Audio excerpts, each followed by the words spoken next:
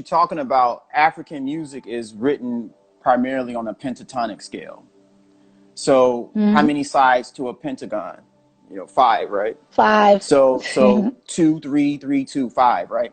So when we're talking about what's called sonic geometry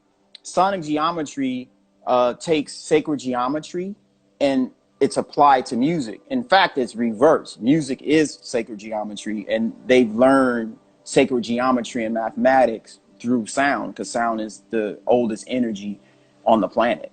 And I do a lot of workshops where we show how sound looks with this thing called cymatics. So it's a study of sound effects on matter. So you'll see me turn sand, water into different shapes, salt and things like that. And we even bend light with it. We do these laser shows, and you can see as we're doing certain chords, certain fifths, pentagon again, right? Fifths, five, Hmm. doing a square, hexagram, all these things. You see how the sound moves matter, and that's what's happening. But going back to the African context, the pentagon being in the fifths and things like that, and that being brought over into Cuba, and now what we hear now, we can place everything into that mapping. But the difference is, imagine when you're creating music with the intention of the science. So, and everything from the dance, and we had these conversations, and you mentioned a little bit of it from the Cuban dances, but let's talk about the African dances, right? The ceremonies. There really wasn't, let's go back into indigenous times. There wasn't like a bar, a club. The people actually, when they had to evoke a gathering or some type of energy, they used sound, they used chanting, they used mantras, they used drumming, right? They use music That's a really good point. in light of astrological timings, right? So when we say, well, full moon, new moon, which is all revolved around the solar, the sun, right? So that was the primary reason for music. And outside of that, it wasn't just we're just playing drums. They experimented and said, well, this,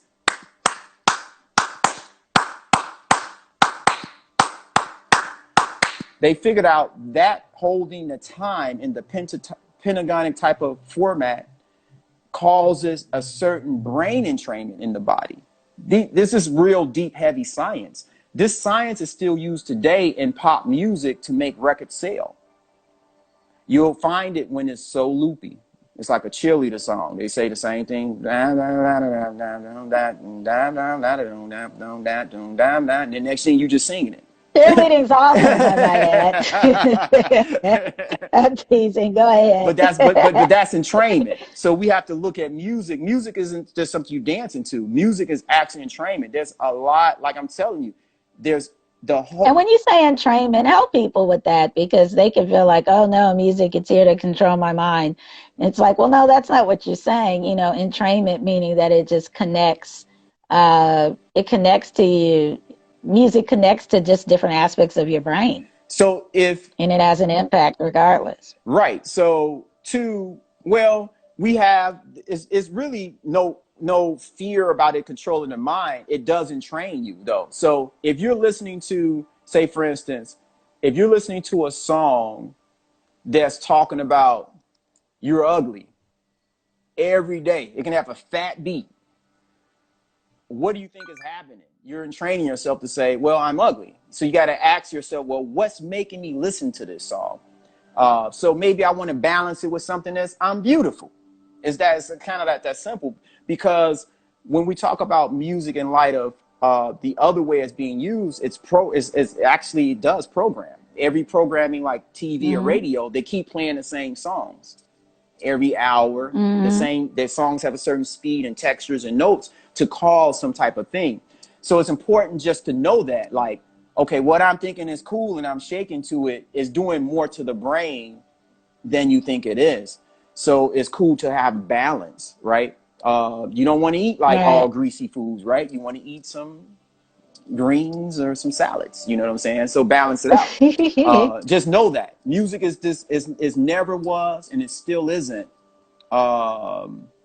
what people think it is. I'm trying to think of that movie we saw the other day. they had a thing called mesmerism in it.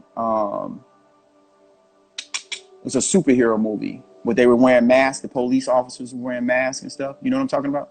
You should know. It came on Netflix. It's a Netflix series.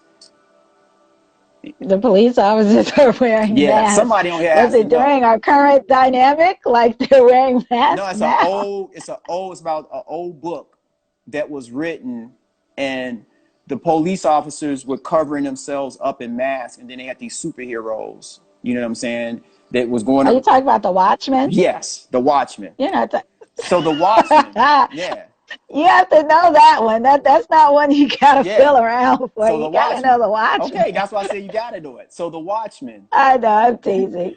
Did you see what they were doing in the movie theaters when they had that thing called mesmerism?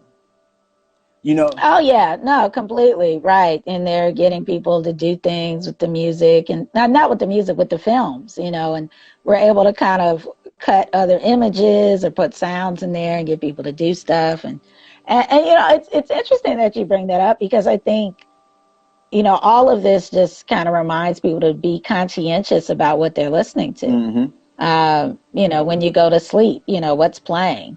If you look at like the music you're listening to, what are they talking about? Like you said, just kind of mix it up a bit. Or think about how certain music makes you feel. If it makes you feel like hyper aggressive, where's that coming from, right? It's just, it is interesting that you need to be sort of conscious, and being conscious, not just about music you're listening to, but people you're talking to, what they're talking about. yeah. All this sound that's going on in the background, to create a space of silence, at least for a moment, so that like what's yours and what isn't yours. And so, just in sort of wrapping up, I want to just, think of a couple points we want to leave people with. I guess one is music is powerful, and it connects to all sides of the brain. And it, like you said, music as an expression is one of the few things that does stimulate all aspects of your brain. And just to be aware of that.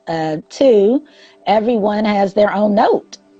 We are, you can DM Shannon, and, just kind of find out, look at sources to see what your own note is.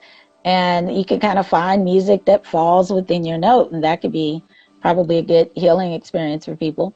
And then three, we talked about how music in the African diasporic world falls on the, all has the 2-3-3-2 5 beat sound to it, and how that's something that you want to leave with, and also to just let people know that it's good to mix up the music they're playing and make sure they're staying in high vibrations.